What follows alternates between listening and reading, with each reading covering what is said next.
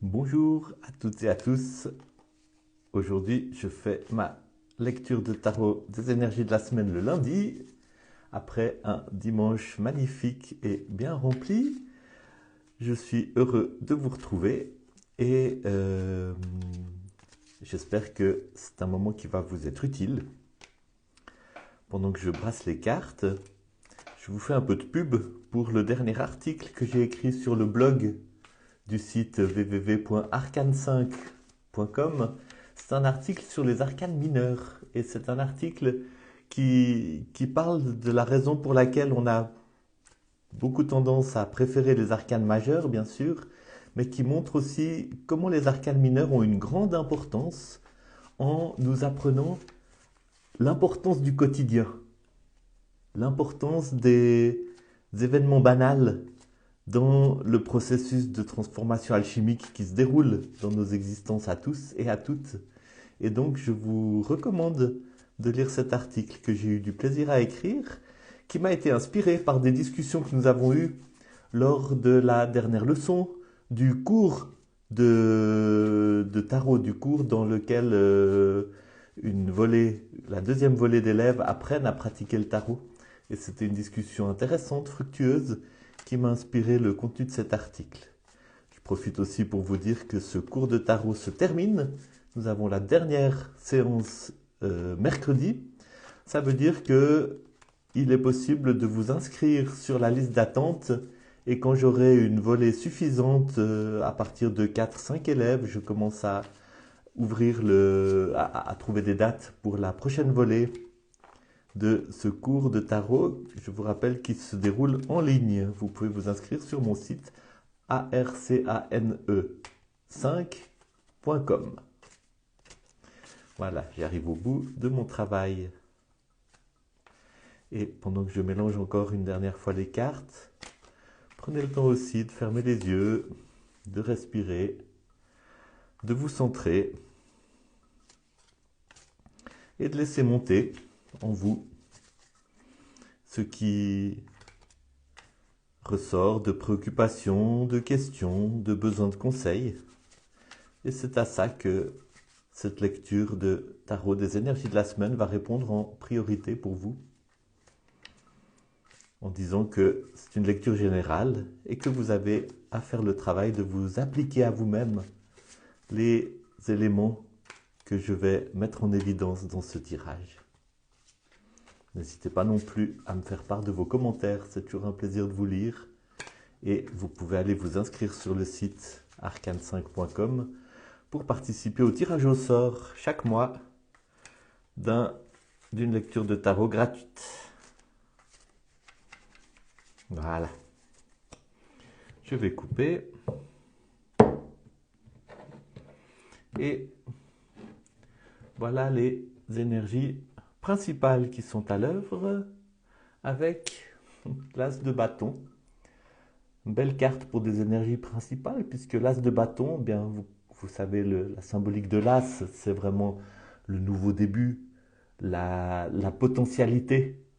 C'est un peu le symbole de la graine qui contient déjà tout l'arbre, mais l'arbre ne s'est pas encore manifesté, il est encore tout concentré dans cette petite graine. Là, c'est une carte très très puissante, mais c'est une carte qui demande aussi que, effectivement, on passe de l'étape de cette potentialité à l'étape de la manifestation, pour ne pas rester bloqué dans le virtuel, dans l'idéal, dans la pensée ou dans le projet. Et le bâton, c'est une carte d'énergie, de feu, hein, le feu du bâton. Et c'est une carte qui parle de pulsion d'énergie vitale, de créativité, de sexualité, de projets qui cherchent à se manifester. Donc c'est une carte très très forte de feu, de créativité, d'énergie qui cherche à se réaliser, à se manifester. Et ça parle d'une semaine animée par ce feu, animée par un certain dynamisme. Ça parle d'un appel à la manifestation de quelque chose qui est en train de mijoter en vous. Voyons l'énergie sous-jacente de cet as de bâton, la carte qui vient après, et c'est la force. La force, on l'a déjà tirée dans ces lectures de tarot du, euh, du dimanche ou du lundi. C'est le début de la deuxième progression des arcanes majeurs. C'est une carte qui est aussi euh, dans le tarot de Marseille, la première, comme l'As. Et vous voyez dans le Rider-Waite, elle est écrite 8. Ça, c'est quelque chose que Rider-Waite a fait. Il a changé l'ordre des arcanes majeures du tarot de Marseille parce qu'il voulait faire cadrer le, son tarot, son interprétation du tarot avec une certaine symbolique astrologique. Ça me fait juste faire une petite parenthèse, vous savez. Le tarot est un édifice complexe et c'est un édifice qui, comme le réel, ne se laisse pas réduire à des schémas, à des systèmes, à des méthodes d'interprétation. Et chaque fois qu'on veut prendre une méthode d'interprétation puis réduire le tarot à cette méthode d'interprétation, ben, probablement qu'on perd quelque chose de sa richesse. Par contre, toutes les méthodes d'interprétation peuvent être à un moment utile parce qu'elles donnent une porte d'entrée dans le tarot, une manière de s'ouvrir à cette dimension, tout en gardant toujours à l'idée qu'il ne se réduit pas à ça.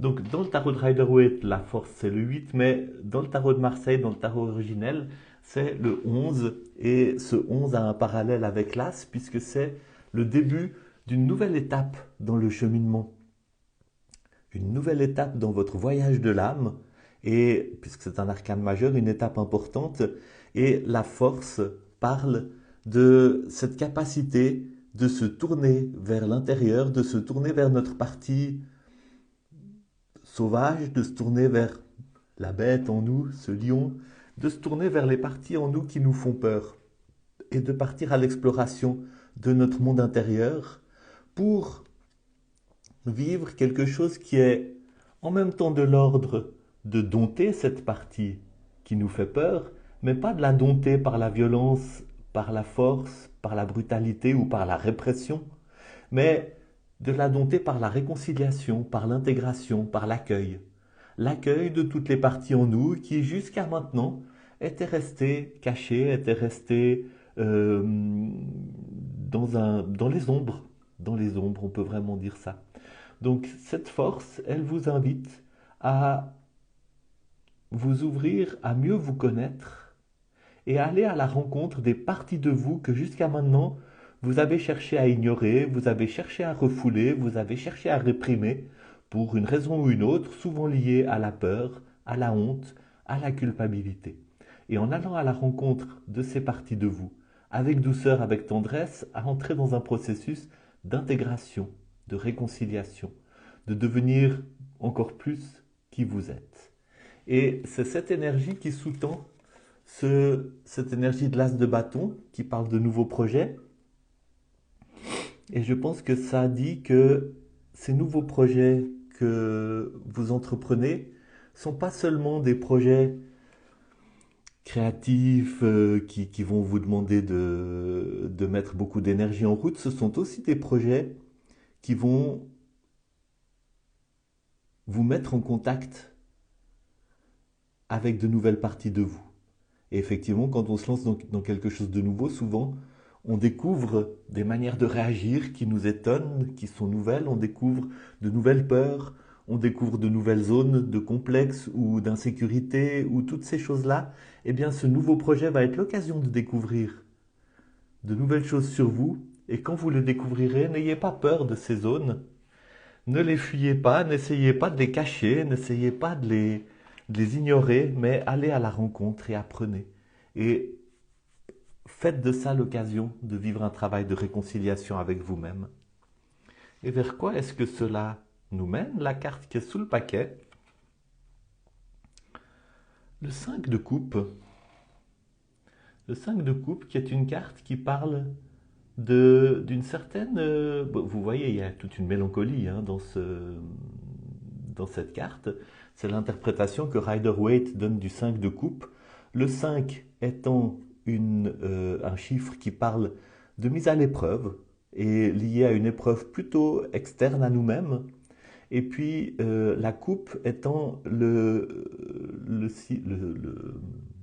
l'élément de l'eau qui parle des émotions et qui parle aussi des relations. Et donc, de ce travail de réconciliation, il va y avoir quelque chose effectivement qui ne sera pas forcément facile à vivre pour vous, qui va impliquer un face-à-face avec des émotions douloureuses, qui va peut-être impliquer de regarder en face certains regrets, qui va peut-être aussi impliquer de regarder en face certaines relations que vous avez autour de vous et qui sont difficiles, qui ne vous servent pas, qui vous font du mal peut-être même. Peut-être quelques relations qui vont être ébranlées aussi et qui vont devoir être reconstruites sur de nouvelles bases, hein. Pas forcément pour se terminer, pas forcément pour arriver à la rupture, mais où il va y avoir la nécessité de reconstruire sur de nouvelles bases. Et c'est souvent ce qui se passe quand on va à la rencontre de soi-même et qu'on découvre de nouvelles dimensions de soi, spécialement quand c'est dans le cadre de projets qui nous mettent un peu à l'épreuve. Eh bien, c'est que ça débouche aussi sur des changements, sur le fait de regarder en face des dimensions émotionnelles et des dimensions relationnelles, peut-être plutôt relationnelles là, qui ont besoin de changement, qui ont besoin d'être réévaluées. Et peut-être qu'il y a de nouvelles barrières à mettre, peut-être qu'il y a de nouvelles limites à poser, peut-être que vous avez besoin de mieux vous traiter dans certaines relations où vous êtes malmené pour une raison ou une autre, peut-être que vous avez besoin de moins vous oublier, de moins vous mettre de côté. Et puis n'oubliez pas que tout n'est pas coupe renversée, il y a ces deux coupes derrière qui restent pleines, qui sont aussi la promesse de nouveaux commencements, de la suite, de possibilités de réparer. Donc cette mise à l'épreuve n'est pas une épreuve qui débouche forcément sur des ruptures, même si des ruptures peuvent avoir lieu et doivent parfois avoir lieu, hein. Des fois, trouver un nouvel équilibre plus sain, plus, plus respectueux de vous-même, implique des ruptures, puis d'autres fois, ça implique des changements. Ça implique de poser de nouvelles limites ou d'oser dire des choses qu'on avait un petit peu étouffées pour faire plaisir à l'autre, pour complaire à l'autre. Voilà. Et il en sortira pour vous la capacité d'avancer dans une nouvelle étape à partir d'un travail de réconciliation avec vous-même. Et le travail de réconciliation avec soi-même, le travail d'aller regarder en face des choses qui étaient jusque-là cachées dans les ombres, va forcément changer des choses au niveau de vos relations et de votre manière de gérer vos émotions. À bientôt la semaine prochaine pour une nouvelle lecture de tarot. J'étais très heureux de vous accompagner aujourd'hui.